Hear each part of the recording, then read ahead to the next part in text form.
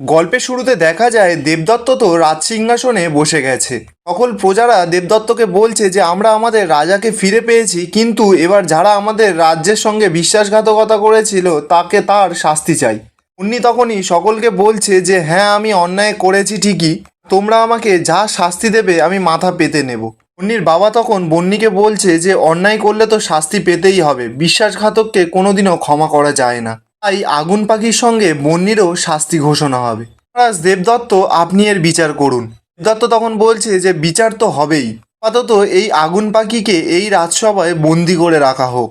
বন্যিকে এই বলেই যখন বন্যির শাস্তিটা ঘোষণা করবে তখনই রূপমতি দেবদত্তকে আটকায় আর বলছে, মহারাজ আমি যদি আপনার কাছে কিছু একটা চাই আপনি দেবেন? দেবদত্ত তখন রূপমতিকে বলছে যে তুমি আমার আর আমার রাজ্যের অনেক বড় উপকার করেছো, তাই তুমি নির্দ্বিধায় যা চাওয়ার চাও। রূপমতি তখন বলছে যে আমি শুধু বন্যির মুক্তি চাই, দয়া করে আমার এইটুকু ইচ্ছা মঞ্জুর করুন। বন্যির মা তখন রূপমতিকে বলছে, এ কি বলছো তুমি রূপমতি? বন্যি অন্যায় করেছে, এর কোনো শাস্তি হবে না? রূপমতি তখন দেবদত্তকে বলছে, মহারাজ বন্যি যা করেছে এ রাজ্যের কথা ভেবে করেছে, রাজ্যে সুরক্ষার জন্যে করেছে, ওর চাওয়ার তো কিছু নেই। তবে হ্যাঁ, জটিলা বন্যিকে প্রভাবিত করে ভুল পথে চালিত করেছিল। আমি যদি কুমারকে ক্ষমা করে দিতে পারি তাহলে বন্যিকে কেন নয়? দয়া করে বন্যির মতন একজন বীর যোদ্ধাকে আপনি আরেকটা সুযোগ দিন। এরপর দেবদত্ত বন্যিকে ছেড়ে দেয়। বন্যি রূপমতিকে বলছে, রূপমতি আমি তোমার এই উপকার কোনোদিনও ভুলবো না। আমার শাস্তি মুকুব করার জন্য আমি তোমার কাছে চিরকৃতজ্ঞ থাকব। মা, বাবা, তোমরা আমাকে ক্ষমা করে দাও। রাজা দেবদত্ত, আমি আপনার কাছেও ক্ষমা চাইছি। যে কোনো পরিস্থিতিতে আমি এই রাজ্যের পাশে থাকবো আর নিজের কর্তব্য পালন করব। এদিকে রূপমতি বলছে, ব্যাতকুমারের স্মৃতি ফেরানো গেলে আর ওই অগ্নি উপাদান উদ্ধার করা গেলে আমি আবার এ রাজ্যে আসবো। এবার আমাকে বিদায় নিতে হবে। তত্তরি তখন রূপমতিকে বলছে, কিন্তু ব্যাতকুমারকে ছাড়া তুমি এখান থেকে যাবে কি করে? রূপমতি তখন বলছে, ব্যাতকুমার এখন এ রাজ্যের রাজা, এ কেন আমার সঙ্গে যাবে এখন? আর তার তো এখন আমাকে মনেও নেই।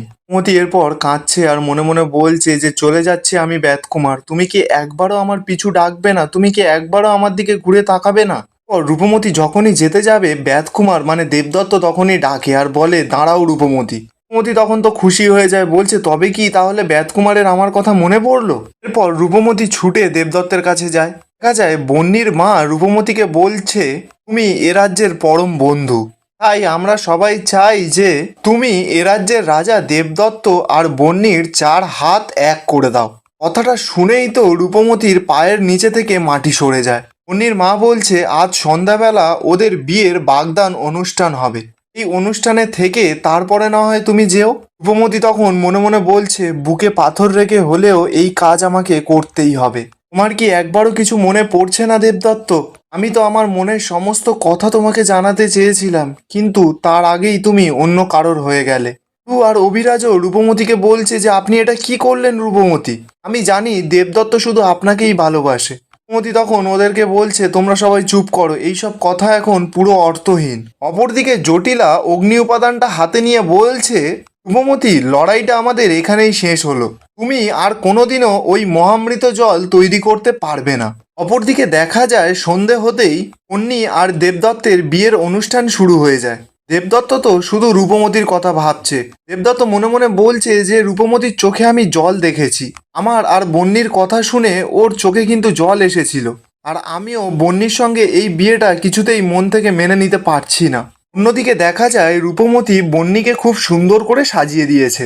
বন্যি রূপমতিকে বলছে, আমার এতদিনের স্বপ্ন পূরণ হচ্ছে রূপমতি, কয়েক বছর ধরে আমি দেবদত্তকে পাওয়ার জন্য পাগল হয়েছিলাম, আজ শুধু তোমার জন্যই এটা সম্ভব হয়েছে রূপমতি। রূপমতি তখন মনে মনে বলছে, আমি আমার সমস্ত স্বপ্ন ভঙ্গ করে সমস্ত কিছু তোমার হাতে তুলে দিলাম বন্যি, আমার সঙ্গে ব্যাতকুমারের চলার পথ বুঝি এখানেই শেষ। এরপর রূপমতি বন্যিকে সাজিয়ে গুছিয়ে দেবদত্তের সামনে নিয়ে আসে। দেবদত্ত তো বন্যির দিকে না তাকিয়ে শুধু এক টানে রূপমতির দিকে তাকিয়ে আছে। এরপর দেখা যায় বন্যি আর দেবদত্তের আংটি বদলের অনুষ্ঠান শুরু হয়ে গেছে। বন্যি তাড়াতাড়ি করে আংটিটা নিয়ে দেবদত্তের হাতে পরিয়ে দেয়, কিন্তু দেবদত্ত হাতে আংটিটা নিয়ে শুধু রূপমতির দিকে তাকাচ্ছে আর রূপমতির কথা ভাবছে আর মনে মনে বলছে, কেন আমার এত কষ্ট হচ্ছে, আমি কেন পারছি না ওকে বন্যিকে আংটিটা পরাতে, মনে হচ্ছে যেন খুব মূল্যবান কিছু আমি হারিয়ে ফেলছি। এরপর দেবদত্ত শেষমেশ মুন্নির হাতে আংটিটা পরিয়েই দেয়।